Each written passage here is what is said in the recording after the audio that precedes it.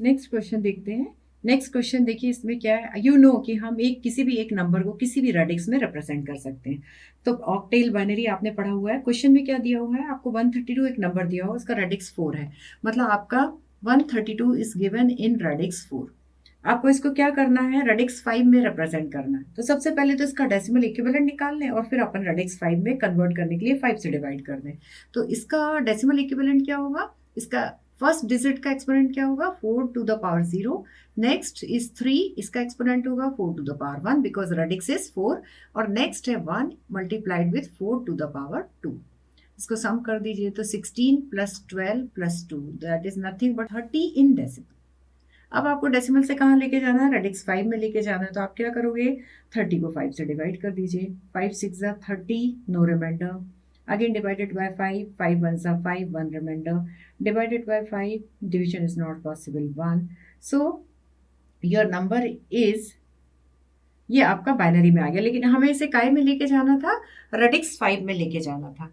तो रेडिक्स 5 में ये नंबर आपका क्या होगा, 5 square plus 5 1 plus 0 plus 0 into 5 to the power 0। तो your number is actually 110 into 5 radix. तो इसको भी डेसिमल में आप देख लिए, इट मस्ट बी 30।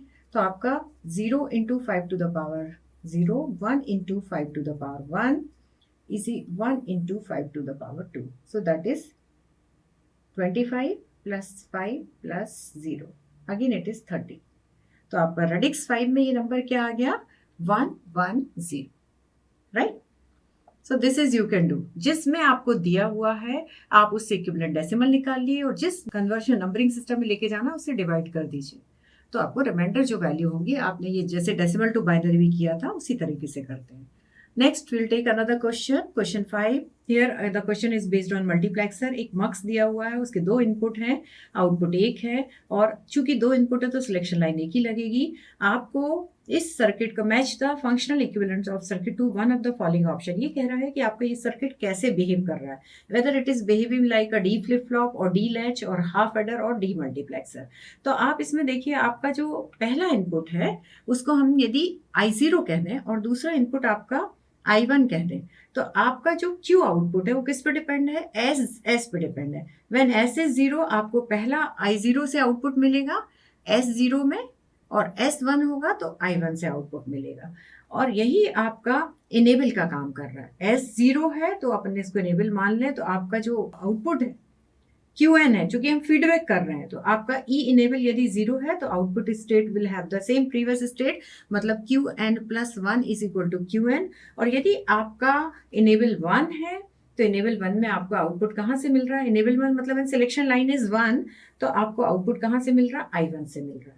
तो यदि हम आउटपुट को Y कह दें तो Y is equal to S bar I0 और S I1 you can say. तो I0 आपका क्या है, ओल्ड वैल्यू है I0, तो इसको आप ऐसे भी लिख सकते हैं S बार, और ये वैल्यू आपकी Y old value will be used plus S I1, right. तो इनेबल मतलब व्हेन S इज 0 आपको क्या मिलेगा, Y is equal to S I1। S 0 है तो आपको ओल्ड वैल्यू और न्यू वैल्यू सेम मिलेगी, ठीक है। Y old is equal to Y new, और व्हेन S इज 1 आपका Y new is equal to I1 is equal to Y new. तो ये कैसे बिहेव कर रहा है, ये बिहेव कर रहा है एक लैच की तरह। तो आप कह सकते हैं कि given circuit is equivalent to किस लैच की तरह, डी लैच की तरह।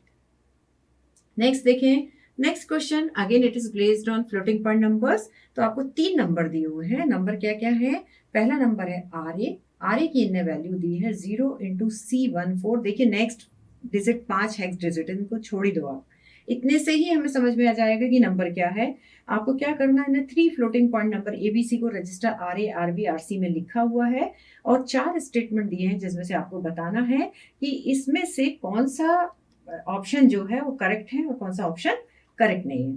तो आपका RA ये है, यदि हम, और RB क्या दिया हुआ है, RB की वैल्यू दी हुई है 0x421 5 टाइम्स 0, 32 बिट का रिप्रेजेंटेशन है।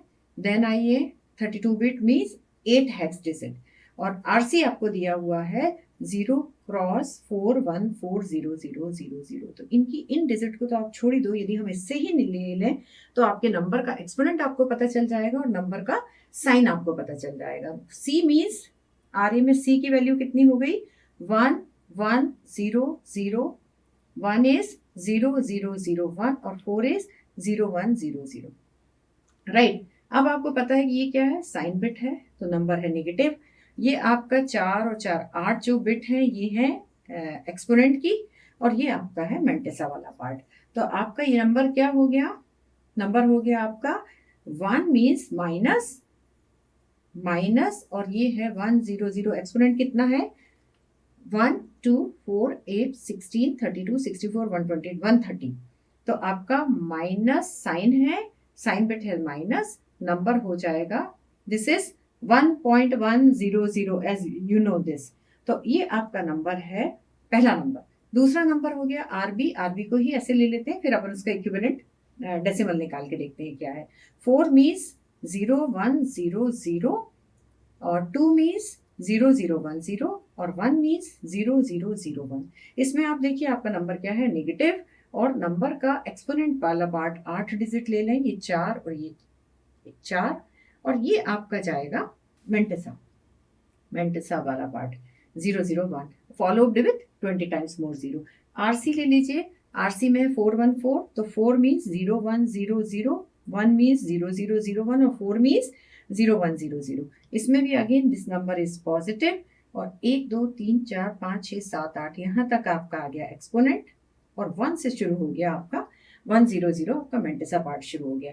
तो आप ध्यान से देखें ये आपके नंबर क्या है। तो पहला जो नंबर है वो आपका है 1.1। अपन को पता है कि मेंटेसा शुरू होता है 1 0 0 है, दैट इज 1.1। साइन क्या है माइनस, और ये क्या है एक्सपोनेंट 130। तो आप लिखोगे minus 1.100 into 2 to the power 130, और बायस्ड एक्सपोनेंट है तो इसमें से माइनस क्या होगा 127। तो ये आपका नंबर आरए में जो नंबर है उसकी डेसिमल वैल्यू क्या आ गई अपनी minus 1.100 into 2 to the power 3। तो ये एक्चुअल में नंबर आपका जो है ये -12 है, क्योंकि 2 टू द पावर 3 आप शिफ्ट कर दो 3 डेसिमल वैल्यू, तो इट इज -12। आरबी को ऐसे निकाल लीजिए, तो आरबी आपका नंबर क्या है, साइन पॉजिटिव है तो 0, नंबर आपका क्या आ रहा है, एक्सपोनेंट देख लीजिए, एक्सपोनेंट कितना है 1 4 और 4 प्लस 128, तो कितना हो गया exponent 2 to the power 132। Biased है तो माइनस क्या करोगे 127, और नंबर कितना है पॉजिटिव, और उसकी वैल्यू क्या हो जाएगी 1.001 into 2 to the power 5। So that will become, जब आप 2 टू द पावर 5 से मल्टीप्लाई करोगे तो it will become 10010। So this number is 10010।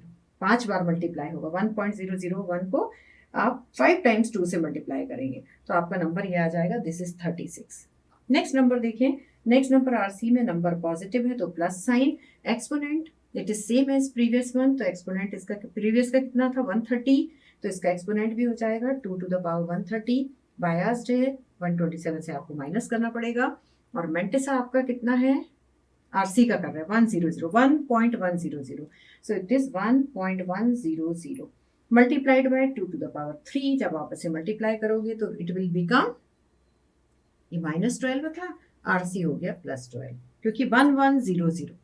तो अब आप देख लीजिए कि एक नंबर है -12, एक है 12 और एक है 36, तो मतलब आपका ए नंबर है, ए इज -12, बी इज +36 और सी इज +12। तो this is how you need to convert, मतलब आपके फ्लोटिंग पॉइंट नंबर से आपको कन्वर्जन करना पड़ेगा इसमें, और कन्वर्ट करने के बाद आपको मैच करना पड़ेगा कि इसमें क्या क्या। तो सपोज पहला स्टेटमेंट है a + c is 0, yes it is correct. c is equal to a + b, it is wrong. b is equal to 3c, it is correct. b minus c is greater than 0, it is correct. So this is how you can find out कि कौन सा statement true है कौन सा false है। इसमें main जो करने वाली बात थी वो आपका फ्लोटिंग पॉइंट रिप्रेजेंटेशन से उसकी इक्विवेलेंट डेसिमल वैल्यू को निकालना था, right. Next will take another question, question number 7। Question number 7 देखिए इन्होंने क्या दिया हुआ है, a number is given to you, 0.1101 number is given to you and it is equivalent to 0.8xy5 in base 10, right? और आपको डेसिमल वैल्यू निकालनी है कि x प्लस वाई क्या होगा, मतलब इसकी इक्विवेलेंट वैल्यूज निकालें। तो इसको आप इजीली डेसिमल में कन्वर्ट कर सकते हैं। आपको पता है कि जो पहला 1 है it is 1 into two to the power minus 1, next 1 is 1 into two to the power minus 2, next place पे 0 है, 0 into two to the power 3, next place पे 1 है, 1 into two to the power minus 4. So this is 1 by 2 plus 1 by 4 plus 0 by 8 will become 0 plus 0 by 16. तो आप इसे यदि सम कर दें तो it is not 0 by 16, it is 1 by 16. So 1 by 2 is 0.5, 1 by 4 is 0.25, next है 0 और 1 by 16 is actually 1 को 16 से आप डिवाइड करोगे तो कितना आएगा 0.0625. सम इट, इन तीनों को आप सम कर रहे हैं तो आपका नंबर आ रहा है 0.8125 in decimal. So what does this indicates कि x के प्लेस पे हमें क्या आया 1 और y के प्लेस पे क्या आया 2 और आपसे क्या पूछा जा रहा है x प्लस वाई क्या है, तो x प्लस वाई कितना है 3. तो choose the correct answer, A is the correct answer for it. Next question ले लेते हैं.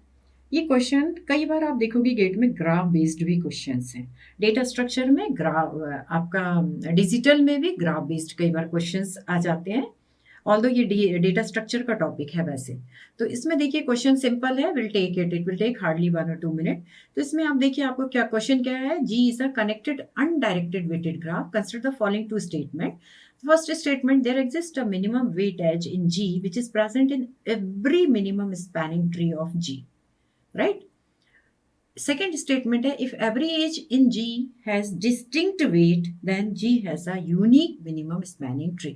आपको मिनिमम स्पैनिंग ट्री बनाना है तो आपको क्या लेते हैं, आपके ग्राफ हैं अनडायरेक्टेड है लेकिन ग्राफ की हर एज में वेट एसोसिएट है. तो मिनिमम जब हम स्पैनिंग ट्री बनाते हैं, हम क्रुशिकल एल्गोरिथम यूज करते हैं. तो हम क्या करते हैं क्रुशिकल एल्गोरिथम में जो सबसे मिनिमम वेट वाली एज है उससे सेलेक्ट करते हैं. तो फर्स्ट स्टेटमेंट में यदि आपके पास कोई एज है और मिनिमम एज कई सारी एजेस की है तो वो यूनिक नहीं होगा and it's difficult to apply the Kruskal in that case. और सेकंड स्टेटमेंट जो दिया है कि यदि हर ब्रांच हर एज में एक यूनिक डिस्टिंक्ट वैल्यू है सो surely will get a unique minimum spanning tree. So look at to the option. The option is S1 is false and S2 is true. This is the correct answer. Next numerical. Next है which one of the following circuit implement the following boolean function. Boolean function आपको क्या दिया हुआ है, f x, y, z. The function given is minterm m0 include है m1, m0, m1, m3. Then minterm m4 include है और minterm m5 और m6 दो ही मिनटर्म छूट रही हैं, m2 छूट रहा है और m7 छूट रहा है. राइट. अब आपको कह रहे हैं कि इस फंक्शन को इम्प्लीमेंट करने के लिए किस मक्स के थ्रू ये आपका फंक्शन इम्प्लीमेंट हो जाएगा and you have to tell the answer. Right. तो इसमें आप देखिए कि हमारा सिलेक्शन लाइन कौन सी है. सिलेक्शन लाइन कितनी सिलेक्शन लाइन लगेगी, 2, क्योंकि 4x1 मार्क्स है तो S0 और S1. और S0 S1 में हम क्या दे रहे हैं, y और z दे रहे हैं. So will form a table बना लेते हैं. डायग्राम में देखिए S1 पे है y और S0 पे क्या है z. राइट. अब नेक्स्ट चलें कि हमारे को इनपुट हम दे रहे हैं टर्मिनल 1 2 3 4, मतलब जो 4x1 के 0 1 2 3. तो आपको वेरीफाई करना है कि यदि हम ए ऑप्शन करेक्ट है जिसमें हम ये फंक्शन इंप्लीमेंट कर लेंगे, बी सी और D. So first will check कि यदि एक्स बार और एक्स, तो यहाँ पे आपका इनपुट क्या है, I0, I1, I2, I3. ठीक है. तो I0 आपका x0 है या 1 है, 0 या 1. तो मिनटर्म कौन सी हो गई, मिनटर्म आपकी कौन सी हो जाएगी, 1 0 0 0 0 0. सो दैट इज I0 और this is I4.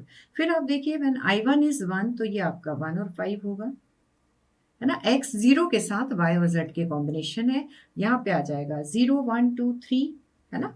x y z से हमने 4 मिनटर्म हो गई. सो x बार और y z के सारे combination, x when x is 1 तो आपकी मिनटर्म हो गई 4 5 6 7.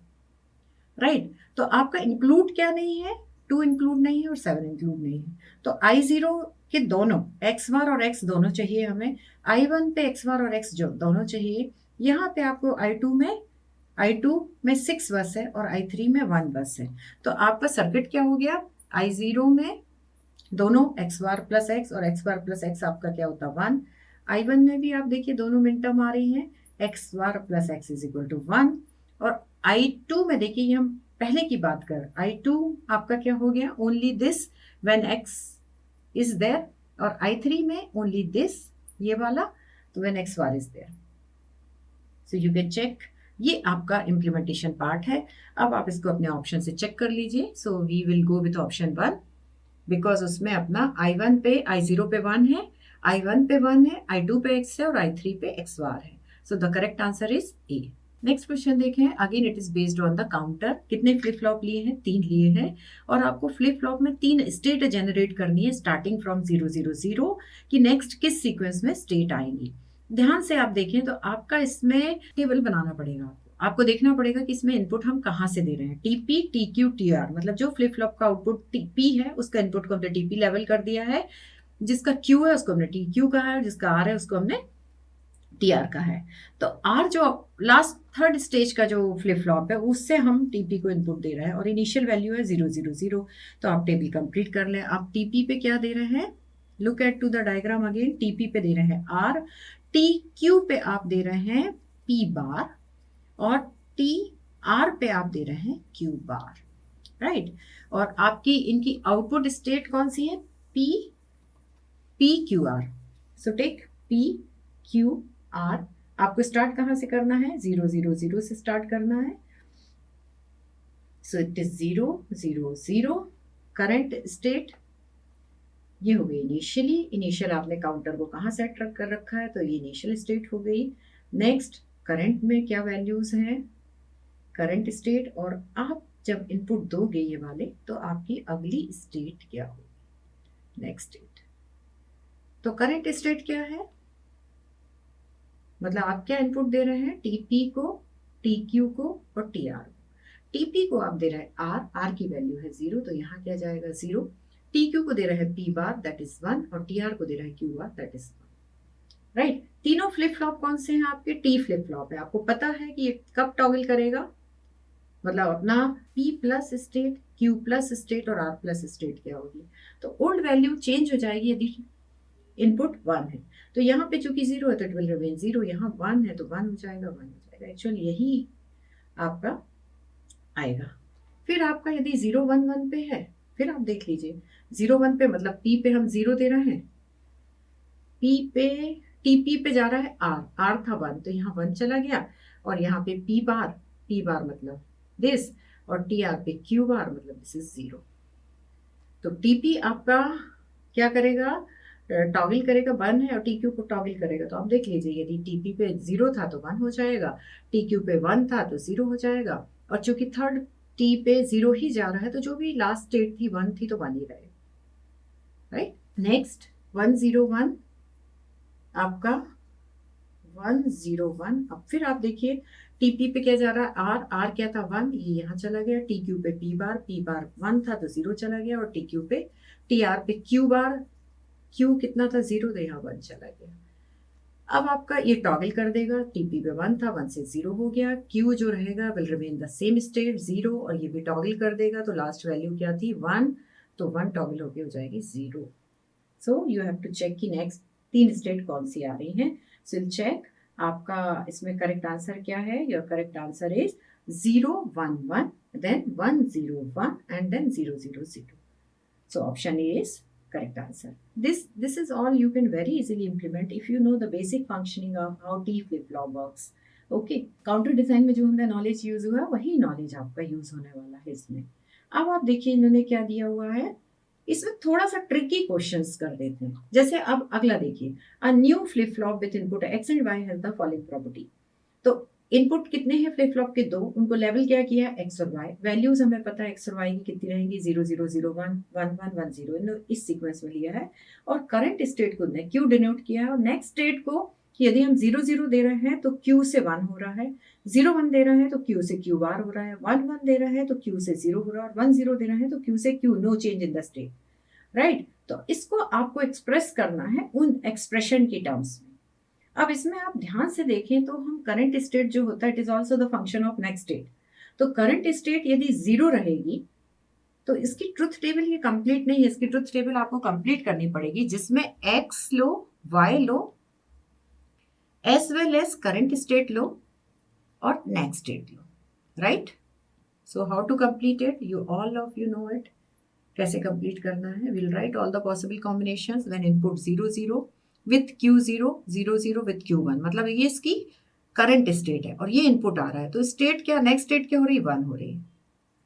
जब आप 0 1 दे रहे हैं, 0 1 के साथ यदि यहाँ 0 है तो उसका बार होके 1 हो जाएगा, 0 1 के साथ यदि 1 है तो बार होके 0 हो जाएगा। Q स्टेट Q बार में चेंज हो रही है व्हेन इनपुट इज 0 1, तो Q में भी 0 और 1, but whatever state was there it will get complemented. Next देखिए, हम इसको ट्रुथ टेबल के हिसाब से ले लेते हैं। नेक्स्ट कॉम्बिनेशन हम 1 0 ले रहे हैं। 1 0 में Q will change to no change in the state, मतलब यदि 0 रहेगा तो 0, 1 0 में 1 रहेगा तो 1, और सबसे लास्ट आएगा 1 1 1 1 विथ 0 0। देखिए आप 1 1 में क्या लिख रहा है, करंट स्टेट Q है तो नेक्स्ट स्टेट 0 हो जाएगी, तो 1 1 इनपुट देने पे मटेरियल की उसमें पिछली वैल्यू क्या स्टोर थी, अगली वैल्यू 0 ही होगी, राइट? तो अब आपका ये x y q n से नेक्स्ट स्टेट डिसाइड हो रही है। So how you get reduced expression, आप इसका के मैप बना ले। के मैप में क्या आएगा, के मैप आपका बनेगा इस तरह से, how many where input are there, two input and output is next state is function of previous state। तो एक एक्सिस पे x ले लें, x ले लीजिए, एक में y q n ले लें, राइट? x की वैल्यू 0 1 0 0, ये आपने सब कुछ पढ़ा है, बस उस नॉलेज को हमें यहाँ इम्प्लीमेंट करना है, राइट? तो आपका जब ये 0 0 है तो ये क्यू एन प्लस 1 का के मैप है, तो आप इसको फिल कर दीजिए, 1 1, दिस 1 गोज टू हियर 0, फिर 0 1 0 0 फॉर्म कर दीजिए। दो आपके स्क्वायर्स बन रहे हैं, उन स्क्वायर्स को आप देख लीजिए उसके करस्पॉन्डिंग टर्म क्या है। So this is by bar and Q N. बस लिखने का थोड़ा एंड गेट की वजह इनने कंजक्टिव और डिसजंक्टिव यूज किए हैं, तो आपकी एक टर्म आपको मिल गई बाय बार एंड क्यू, और दूसरी टर्म जो इससे बन रही है दैट इज एक्स जीरो मतलब एक्स बार, और ऊपर वाले एक्सेस से क्यू एन जीरो, ठीक है? तो दूसरी टर्म हो गई आपकी X bar and Q N bar. यदि हम क्यू ले, इन्होंने क्यू लिया है, हमने क्यू एन लिया है, और इन दोनों का आप कर दो और ऑपरेशन, राइट? तो ये आपका आंसर होगा। Check the answer, which answer is there, which is the correct answer.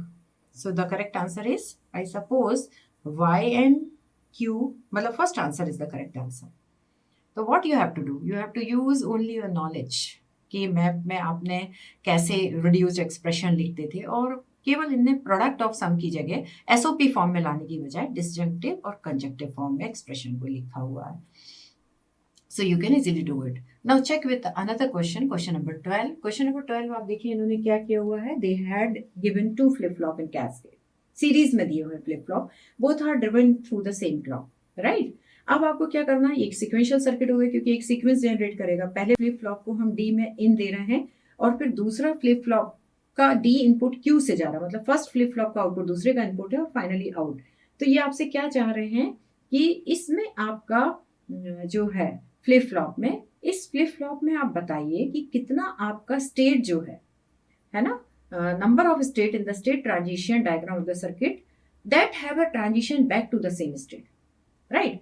तो अब इसको वैसे आप कॉमन सेंस से भी कर सकते हैं। यदि हम डी में 0 देंगे तो क्यू 0 रहेगा, क्यू अगले फ्लिप फ्लॉप में फिर 0 जाए तो वो 0 रहेगा, तो 0 0 वाली स्टेट जो रहेगी वो 0 0 रहेगी, और 1 1 वाली जो रहेगी वो 1 1 रहेगी, right? How many possible states are there, और कौन सा इनपुट देने पे क्या आउटपुट आ रहा है, इन वैल्यू को आप चेक कर लें, तो आपका स्टेट डायग्राम के through you can find out कि इसका आंसर 2 है। मतलब व्हेन आप 0 0 आपकी स्टेट है और आप 0 इनपुट दे रहे हैं तो भी 0 0 रहेगा, और 1 1 आपका स्टेट है और आप उसे 1 इनपुट दे रहे हैं तो 1 1 रहेगा। सेल्फ लूप फॉर्म हो रहे हैं, तो स्टेट ट्रांजिशन डायग्राम से आप इसे कर सकते हैं। नेक्स्ट क्वेश्चन देखते हैं अपन। नेक्स्ट क्वेश्चन देखिए, इसमें दो फ्लिप फ्लॉप हैं, दो, ये भी एक सिक्वेंशियल सर्किट है। सिक्वेंशियल सर्किट पे बेस्ड काफी क्वेश्चंस गेट में मोस्टली सिक्वेंशियल सर्किट और IEEE फॉर्मेट के क्वेश्चंस आते हैं, मल्टीप्लेक्सर के। तो इसमें देखिए आपका डी फ्लिप फ्लॉप है, तो आपका डी फ्लिप फ्लॉप, दो फ्लिप फ्लॉप है, डी आपका दूसरा फ्लिप फ्लॉप का जो D2 इनपुट है वो Q2 बार से जा रहा है। आपको इसमें क्या निकालना है, आपको देखना है इस गिवन सिक्वेंशियल सर्किट में कि यदि हमारी क्लॉक की फ्रीक्वेंसी 1 मेगाहर्ट्ज है ना, और frequency of Q2 is in kilohertz rounded off to nearest integer, तो आपको बताना है कि हमारे को इसमें कितनी फ्रीक्वेंसी Q2 सिग्नल की क्या फ्रीक्वेंसी होगी, राइट। तो अब आप इस फ्लिप फ्लॉप को इसकी चारों क्लॉक पे देख लीजिए, आपकी चारों वैल्यूज को कंप्लीट कर लो। यदि हम डी में देखिए टेबल में, यदि हम D1 में आप क्या दे रहे हो, Q2 दे रहे हो, तो D1 आपका बनेगा D1 is equal to Q2, और दूसरा आपका बन रहा है D2 में आप क्या दे रहे हो, Q1 बार, राइट। तो यदि ये 0 0 है तो Q1 Q2 आप निकाल लीजिए कि क्या बन रहा है। मतलब यदि D1 पे हम 0 दे रहे हैं और D2 पे आप 0 दे रहे हैं, तो आपका Q1 क्या आएगा, Q1 बार, देखिए D1 पे आप Q2 से इनपुट करा रहे हैं, तो आपको सबसे पहले मान लेना पड़ेगा कि इसकी इनिशियल वैल्यू क्या है, फ्लिप फ्लॉप की इनिशियल स्टोर्ड वैल्यू क्या है। तो इनिशियल, इसमें इनिशियल स्टेट क्या दी है, Q1 दिया हुआ है 1, Q1 1 दिया है, तो Q1 बार D2 में इनपुट जा रहा है तो 0 होके जा रहा है, राइट। मतलब Q1 है 1 और Q2 है 0। Complete the truth table. Q1 Q2 भी लिख लेते हैं अपन। So we'll write down, I'm writing table here, Q1 Q2। Q1 क्या दिया हुआ है, the initial value given is Q1 is 1 और 0। तो D1 पे क्या जा रहा है, Q2 जा रहा है, और D2 पे क्या जा रहा है, Q1 बार जा रहा है। Q1 बार मतलब 1 का 0, और Q2 ऐसे ही जा रहा है। तो हमारा इनिशियल इनपुट जो है वो 0 0, ठीक है, फर्स्ट क्लॉक में, राइट। ये आपकी स्टोर्ड वैल्यू है, तो इसको यहाँ नहीं लिखोगे क्योंकि अपन को देखना है ये इनपुट देने पे आउटपुट क्या आएगा। 0 इनपुट दोनों का आउटपुट हो जाएगा 0 0। अब जी जब ये 0 है तो D1 पे क्या जा रहा है, Q2 जा रहा है तो 0 जा रहा है, लेकिन D2 पे Q1 बार जा रहा है तो 0 का ये क्या हो गया, 1, राइट। तो जब D2 पे 1 जाएगा तो आउटपुट क्या आ जाएगा, 1, और D1 पे Q2 जाएगा तो आउटपुट आ जाएगा 0। अब नेक्स्ट देखिए आपका, तो सेकेंड क्लॉक में आपको ये आउटपुट मिलेगा। अब थर्ड क्लॉक में आप देखिए, थर्ड क्लॉक में Q2 कहाँ जा रहा है, D1 पे, तो यहाँ आया 1, और D2 पे Q1 बार तो ये भी 1, तो आउटपुट क्या मिलेगा, 1 1। नेक्स्ट फोर्थ क्लॉक पे देखिए क्या सीक्वेंस जनरेट होगा। फोर्थ क्लॉक में Q2 यहाँ 1 जा रहा है और Q1 मतलब 1 का 0 जा रहा है, जो इनपुट है वही आउटपुट है। तो दिस इज, हम उसी सीक्वेंस पे आ गए जहां से हमने शुरू किया। तो फ्रीक्वेंसी कितनी हो जाएगी, Q2 सिग्नल की फ्रीक्वेंसी कितनी होगी, इट इज नथिंग बट आपकी जो इनपुट फ्रीक्वेंसी F1 है उसको 4 से डिवाइड कर दीजिए। तो आपकी इनपुट फ्रीक्वेंसी कितनी दी हुई है, 1000 megahertz, it is given 1 megahertz या 1000 किलोहर्ट्ज, 4 से डिवाइड कर दीजिए। तो nothing, the answer is 250 kilohertz, right.